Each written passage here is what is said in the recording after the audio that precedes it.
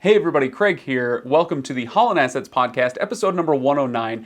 I'm doing a little bit different intro today because it's another listener stories episode. We did one of these a couple episodes ago, but we're doing another one now because we've got a couple of different stories for you today. Damien and Cody join us on this episode and tell us what it's like making a living in town rather than doing the long haul thing. And Cody is helping to run a new trucking company on the admin side. So he is not driving at all. He's purely the CEO, the admin side of things. So two very interesting and non-traditional, at least for us, stories to share. So I hope you enjoy them. But before we dive in, I had to come on and do all the regular housekeeping stuff. So head to haulinassetsllc.com for full show notes, all that stuff. Please visit us at motorcarrierhq.com if you're looking for any tools, tips, people to talk with as you start your own journey of ownership. Anyway, hope to see you in all those places. But for now, enjoy the episode. This is the Haulin Assets podcast where we show you how to start and run your own trucking company. Ever wanted to go out on your own? Follow Chris as he goes through the highs and lows of running on his own authority.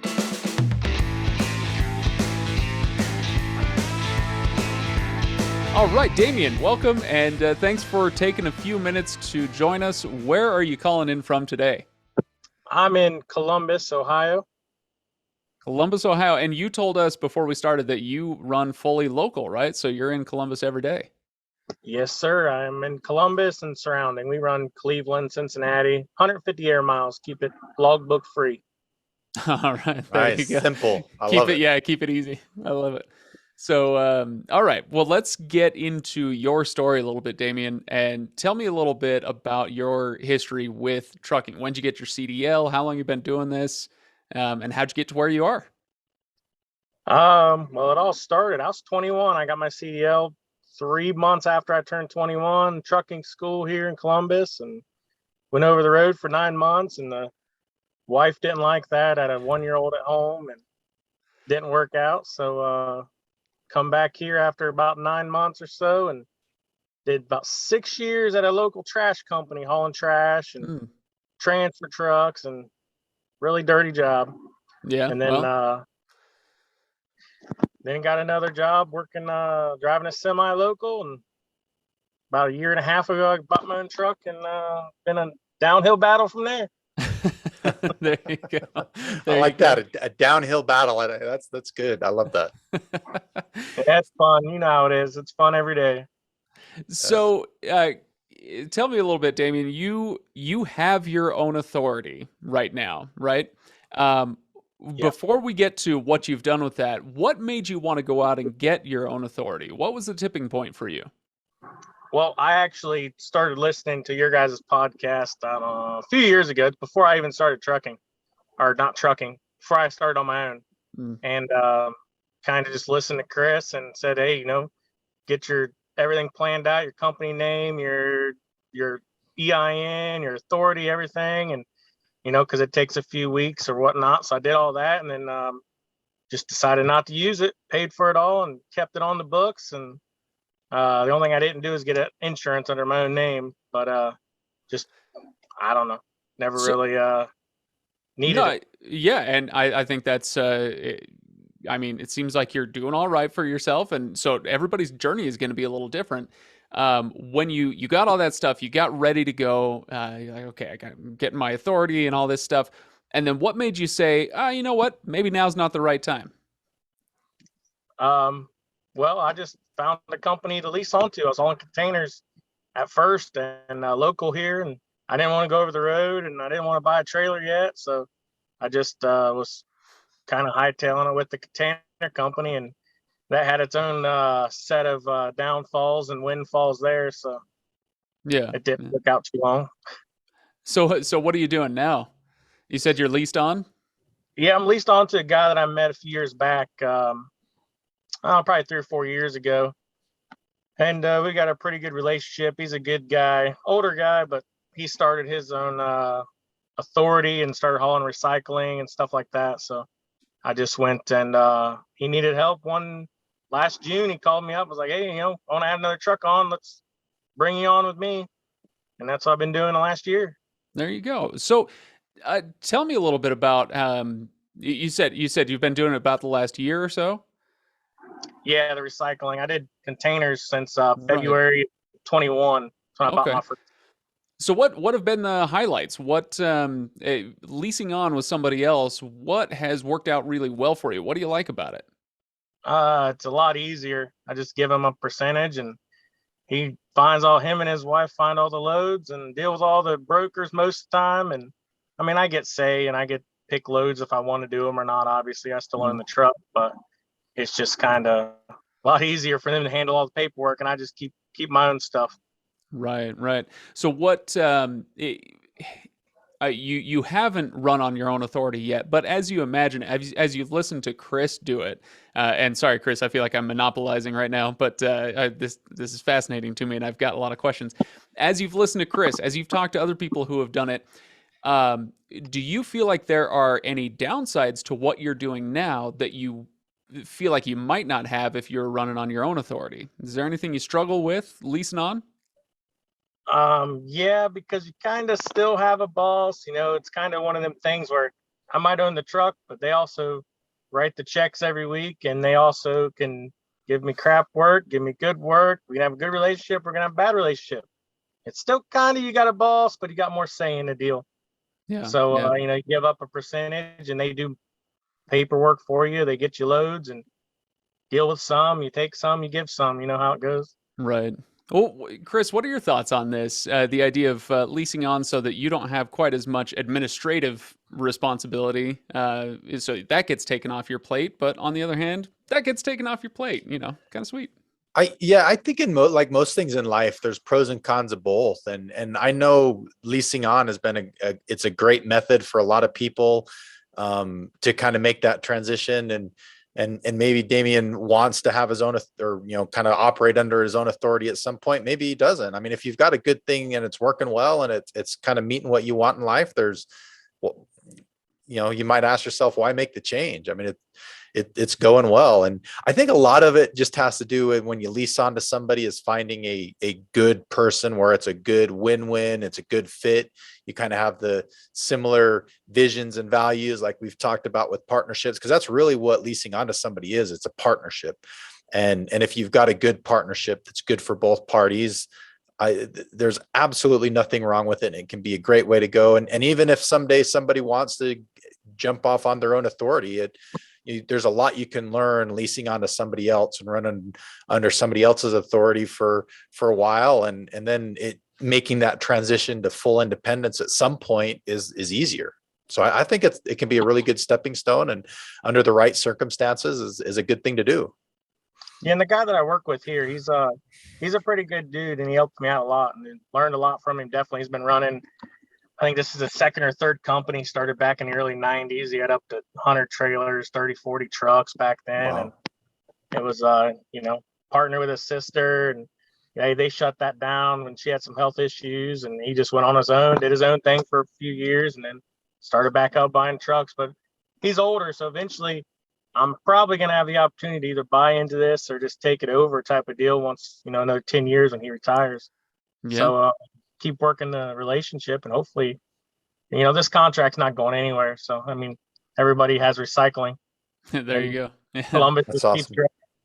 And we talked somewhat recently, Chris, about mentorship and finding somebody who you can go to with questions and advice and all that stuff. So hopefully this guy can be that in some capacity for you, right, Damien? Yeah, and it definitely is. He's helped me out a lot. Even just using his parts accounts or whatever, just so I don't have to give another person my credit card number at another store, another shop, and makes it easier, bookkeeping. And, I've learned a lot from them, and there's still plenty to learn every day. Yeah, well, there you go. All right, so I want to ask you a couple questions about the podcast, because we are, Chris and I are very selfish and vain, and we love to talk about ourselves. It's just, it's part of the package deal, okay? But I am curious about when did you start listening to the show, and do you have any favorite episodes or favorite moments from the show since you've listened? I believe I caught the show a couple episodes in. And I can't remember exactly, but I've listened to every show multiple times. I still go back to the beginning. I love the informative shows, the detailed shows, starting your authority, getting your EIN, the 2290, and when you had the guy on talking about the leasing trucks versus buying trucks. I mean, everything detailed about it. And, the financials is nice, but that's different for everybody. I mean, I don't have big truck payments like Haulin Assets, so my financials look a little different than everybody else's.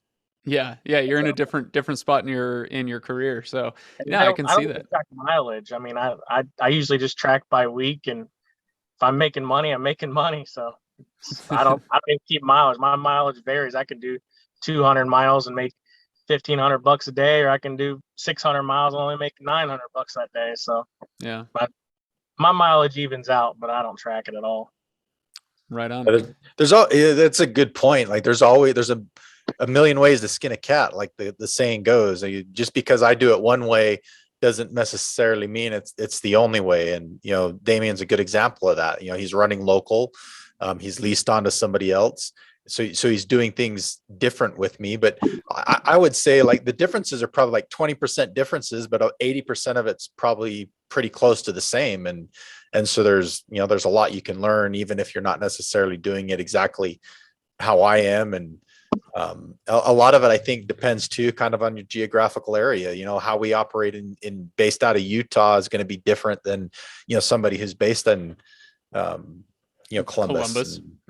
There's a ton of trucking around here. I mean, Columbus is a major hub. I mean, that's why a lot of air freight goes through here. Forward Air, UPS Freight, all them, they have major hubs through here, all these local carriers, and you can get anywhere in 8 hours. You're in like 6 or 7 different major cities. And I would bet, Columbus, just thinking about the area, Utah, we do like in my opinion, reefer's kind of the way to go in Utah, but I would bet back there, you're probably either flatbed or dry van's going to be a lot better than reefer is.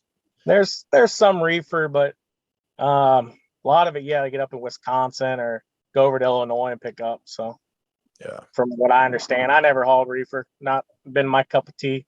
Yeah, I would think in your area, that's probably not the best way to go.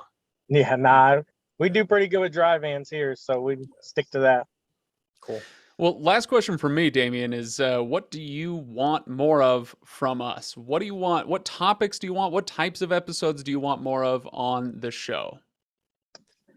I'm not sure, because I like the detailed stuff. I like the actual trucking part of it, the starting the business, the numbers, the getting in there. When Chris was on the road, it was a pretty good episodes, for those first 30, 40, 50 episodes he was on the road, and those are pretty good, seeing where he's going, because I've been to a lot of the places before, but not for 10 years or so. So it was kind of nice hearing it from somebody else's point of view.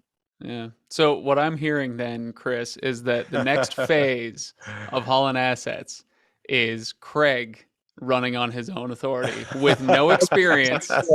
With I'll go get my CDL. I'll ground up. Yeah, that's all right. I think we've got our next 100 episodes planned out.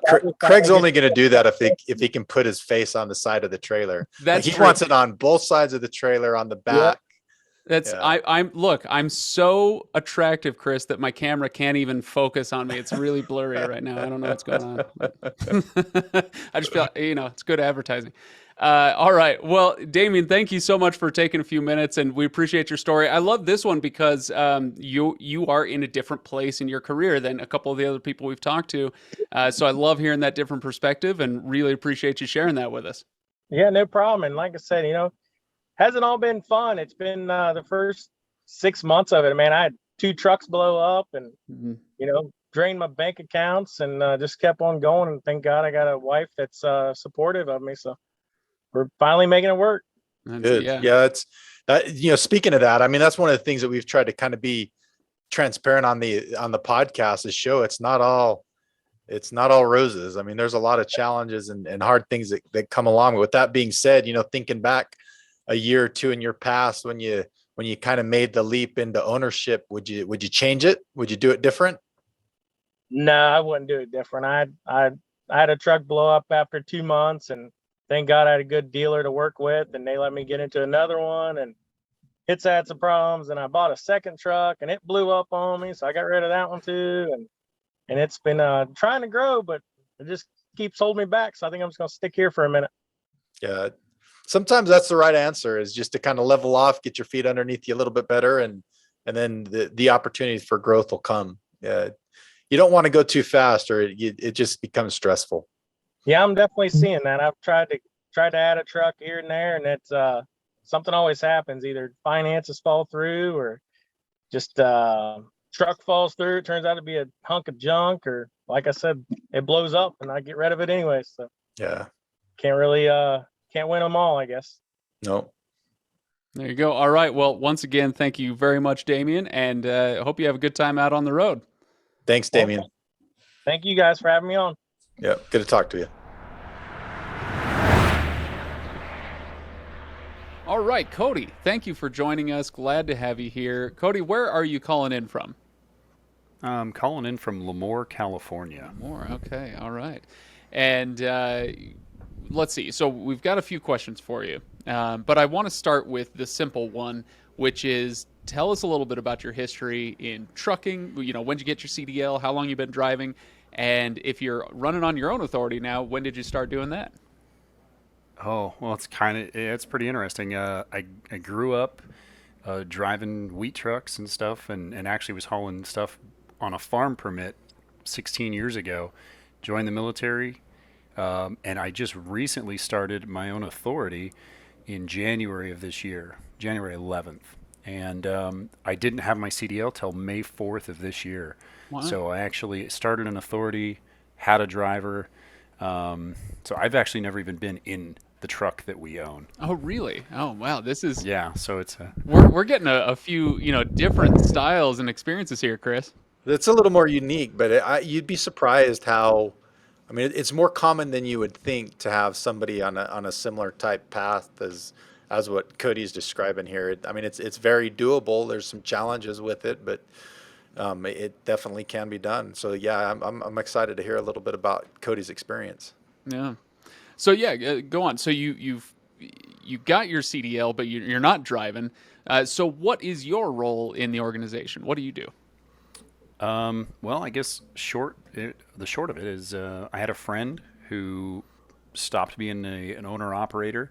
Family issues forced him into kind of a weird situation. Is a good family friend. We got involved in a business together. We were able to find another family friend that was selling a trucking business. And it just kind of worked out that we did that. Me getting a CDL was just a matter of circumstance at the time. State of California was pretty open to new drivers with CDLs and didn't require a lot of entry-level driver training for them. So I was able to get it relatively cheap while being stationed here. And right now I'm basically just the administration guy. I set up the authority. I worked with the compliance company. Sought out insurance. It was kind of nice because the company that we bought came with a lot of benefits of people that already knew the truck. They already knew the previous owner. They already knew the routes, the broker. It all kind of came in a package deal. And so it's been a huge learning curve for me not being in commercial trucking. And then my driver, being always a company driver, he's like, well, I don't know what that means. So we, just kind of having to know who to call and what to talk to and who to ask the right questions to. And the podcast has just been an absolute blessing for filling in the blanks. Well, that's good to hear. Do you feel like you are playing to your strengths right now, kind of doing that administrative stuff versus being out on the road? Yes and no. I have an administrative role currently in the military. I'm in air traffic control, so I'm very much A before B and then C and kind of guy, very thought out, methodical plan. And trucking is kind of conducive to that, but the day-to-day operations I struggle with because it's just crazy. It's a crazy industry. And you said you've been doing it since January, right? January 11th. Yeah, and now we're just getting into July.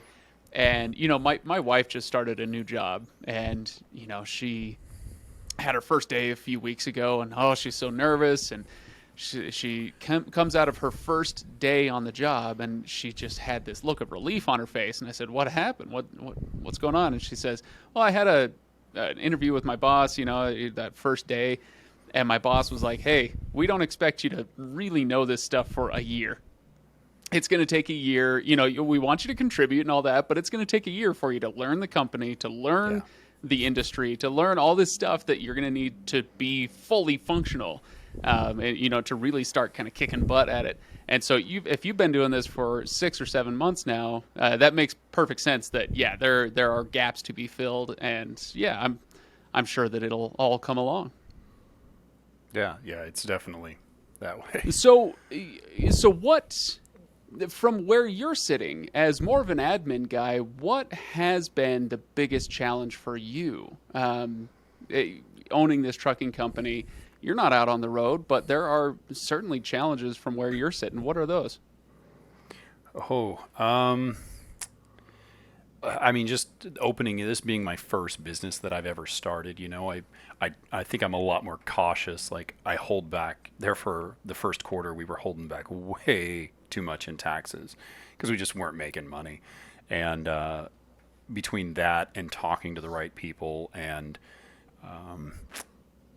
I think as far as brokering loads and getting those and talking with brokers and figuring out, you know, I mean, the first time we figured out detention was the first time that we were held up somewhere, and you know, dealing with brokers, how they handle problems, and well, that load got, you know, denied here, and now it's got to go all the way back across the other side of the state, or different state laws and stuff like that. Right. So I don't know if that really answers the question, but I think it's all overwhelming, and once you learn to take it one day at a time, it's more digestible, you know, the whole how to eat an elephant. Right, there you go. Yeah, no, Chris and I are fond of talking throughout 100 episodes of this show about, it's not all sunshine and roses. Yes, you are an owner. Yes, you're out on your own, but it's going to be tough. There are difficult days. There are going to be challenges and struggles and all that. However, it's also not all, what's the opposite? Storm clouds. And, so what have been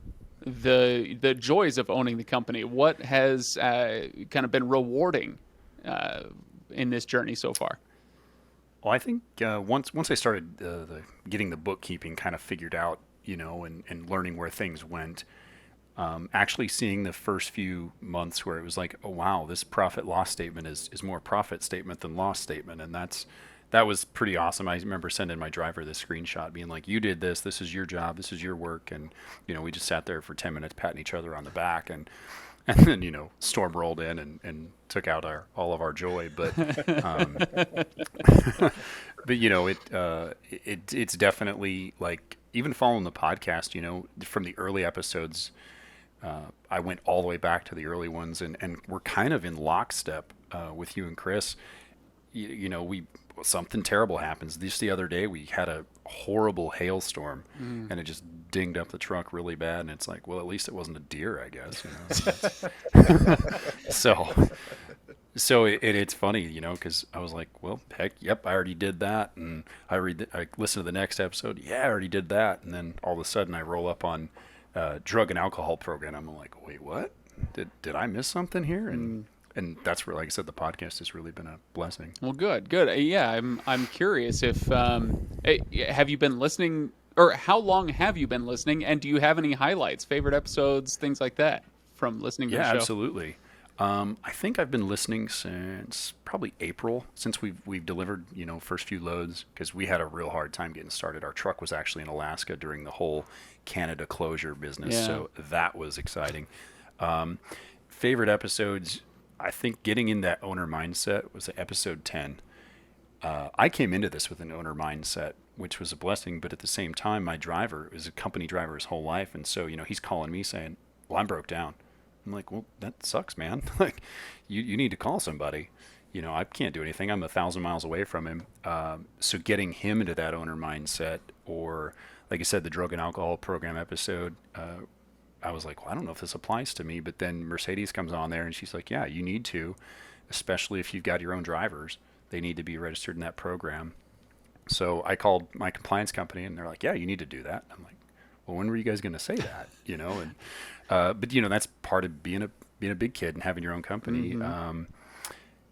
And the safety audit, preparing for the safety audit, I was terrified getting ready for that safety audit. You know, I go to Motor Carrier HQ, I print off every free resource I can, and then they call me up and they're like, oh yeah, it's no big deal. And they moved it to this date, and that was the end of it. Yeah. But I was really worried about a lot, but at least I was prepared for it. So I think those are my highlights. There you go. Well, what would you, again, from your unique perspective among the people that we've talked to so far, what would you like to hear more of? What do you want us to dive into a little deeper on the show? Well, I'm going to have to say that I'm kind of with Chris. I love spreadsheets. I'm kind of a numbers geek. All right, I'm out of here. That's it. Yeah. I do like seeing that. I mean, the numbers are relatively similar. You know, when Chris talks about the freight rates and you know, freight's going down or disappearing, all of a sudden, you know, we don't have a load that week. That's pretty interesting to see real-time stuff. I don't know. There might be a few other things in the area. Like I said, being new enough to this business, I'm sure there's plenty of stuff that I haven't been exposed to or covered yet. There's some nuances that I found out. I know we do a lot of business through Oregon and permitting. Permitting is kind of one of those things that really sneaks up on you.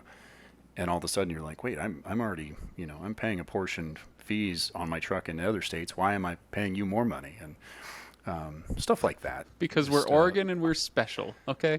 That's exactly why. Chris, I hope you're writing some of this down. This is good stuff that we can do later. I've Chris, got what do you want to question fire off for you, Cody? You know, tell me what's kind of been your biggest challenge because I get people asking this all the time where I've never had a CDL. Can I start my own trucking company? What's been your biggest challenge not having had a CDL and kind of, or you have had that experience, you know, in the farm truck world, but it's different. What have you done to kind of overcome that where you haven't really done over the road type stuff or, you know, your traditional trucking stuff? How have you overcome not having had a CDL, and made it work? I think just being honest with people and seeking out information, because most truckers that I've dealt with, you know, some of them are very straight-laced in their ways and, you know, very opinionated. That's the word I'll use. I'll use opinionated. You know, everybody's an expert in the field of trucking apparently. But just being open to what they have to say and asking the question like, well, why do you do that? Oh, well, I never really gave it much thought. We do it because of this or something like that. I'm with my CDL, like I said, being full-time employed in the military, I've sought out jobs. Luckily, I'm in a very agricultural area here in the Central California Valley that I've been able to find other trucking companies to just kind of ride along with. And some of them part-time work for and stuff like that. And they've been willing to teach me. You know, some of these organizations, because they realize that, you know, good drivers are hard to find, and being a new driver with a new CDL there's not a lot of companies that are willing to take that on, especially on a part-time basis. But just being open with people saying, hey, I don't know what I don't know. Can you help teach me? And they're very open to that. I've found that in the industry. There's a lot of people like that, you know, whether you're a member of an association or however it is that you come in contact with other trucking company owners and small business owners, most people are pretty willing to help you out, which I think is one thing that's really cool in the trucking industry. I would agree. Yeah, no, everybody loves to be helpful. Oh, I shouldn't say everybody. I mean, you're going to find jerks in any industry, but for the most part, yeah, it's if you have that humility to not pretend like you already know everything and just say, hey, I'm pretty new. I would love to pick your brain. I'd love to get your advice on this. People, for the most part, are more than happy to do that. Everybody loves to feel like they're contributing, like they're helping somebody else out. So that's great. Well, very good. Chris, do you have any other questions you want to fire off as we wrap this up? One last question. You know, put yourself back in 7 months ago. Cody, would you do this all over again, or would you say no? This hasn't been worth it. No, I think I would do it again. I would do it a little bit differently. We started this trucking company just based on, I funded the whole thing, cash flowed the whole thing. And we were very fortunate to be able to do that with kind of the family loan with the truck, and we got a trailer, and we got all the contacts. That's not available to everybody. But I think if you were going to go into it and get funding, which we eventually did have to do to make it down the road. But once we figured that out, yes, I think we would do it again. I think this is what I'm going to do for my retirement when I retire in 4 years. And this is just a way to get it started and kind of, going before I get to it. But yeah, I think it's definitely worth it. It's very rewarding, I think. Good. Well, very good. Well, Cody, thank you for taking a few minutes and sharing your story. Like I said, it's a little different than the other ones that we've had, which I love. I love getting a diversity of perspectives and stories on this show. So really appreciate you taking the time, and hope that if you're out on the road that you have a good time with it. And if you're not, if you're doing the admin stuff, I hope that, I hope the spreadsheets go okay. They just seem awfully hairy to me. All right. But Right. But thanks again. Absolutely. Thanks, Cody. Appreciate it.